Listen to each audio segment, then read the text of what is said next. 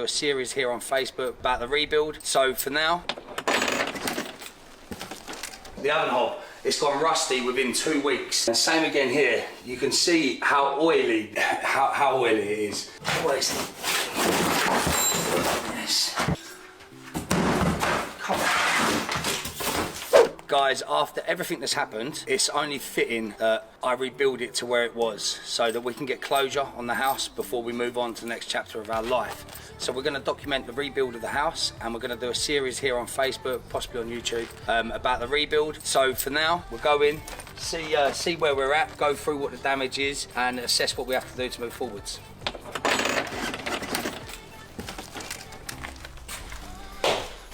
So with smoke damage and fire damage is one of the worst sort of damages you can get. The smoke has an oil residue on it, so it means everything that was inside the house has had to go. It's all been taken out. The insurance company has dealt with it, and we're left with basically the shell of the house at the minute that needs to be taken back to brick before we can put it all back together. It needs to be treated once we've got all the plasterboards off the wall, and then we can basically start rebuilding it to where it was before. So as you come into the living room and the dining room, you can see that the smoke damage isn't that bad, but if you run your hands along the wall, it's oil that goes in it, and that soaks into the plasterboard, and that will forever display that odour. So as you come into winter, the doors of the house will close, and when summer comes up, they open back up, and all your smell is smoke. So it literally has to go back to brick. That's this room. We'll go through kitchen.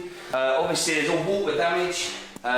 Jess has obviously got to be told off that she did clean under the fridge before the fire. Well out of order, Jess. But the same again, in every single room, this oily residue that goes on there soaks into MDF, ply, every sort of chipboard, wood. It's got acid in the smoke as well. So things like this, the oven hob, it's gone rusty within 2 weeks. Handles, these ain't brushes, but all the new bits we put on the doors, it all soaks in. It's absolute killer. You can see everything has gone rusty already, from the water down to even the handles have started going. And this is all stuff that hasn't been in place for too long, so it shouldn't be rusty. It just shows you the damage and the knock-on effect that smoke can cause. So as you guys know, one of the last rooms to be done was the hallway. And same again here, you can see how oily this smoke, how oily it is. It's gone and seeped into everything. All of the door handles have gone rusty. All of the new handrails Dan's put in, everything's soaked in. I couldn't believe when someone said a bit of smoke, or people say a bit of smoke, we all think, you know, clean it up and the job done, it'll be fine. Not the case at all. It's not the case at all. So on first inspection of this room, we thought we might be able to save the beds. But as I found out, smoke and the oil, it seeps into the MDF, and whoever has this house next will be forever smelling like a fire, and it all needs to be taken off. All of the wall, the mural art, everything that was done has to be taken out, but we are going to put it all back in. I think it'll be fitting to have a nice built-in bed again for whoever does move in next. I think it'll be like putting it back to how we wanted it again so that we can move on, if that makes sense. Right, so the first thing I want to do is get the floor up, because as we're trampling through the house, it's taking it out of the house, and when we go into the car, just the smell of it is everywhere with us. So the first job we're doing is taking the floors up. So we need the guy with all the gear but no idea. I want to have Jack helping me today. We need to go and get some more tools because for some reason they've been taken by the insurance company. Thank you very much. Would have liked to have some to do some work straight away. So I'm going to go and get Jack. We're going to go and get a few tools and see what we can get done today. Give me a help, Jack. Right, see you later. What are you on?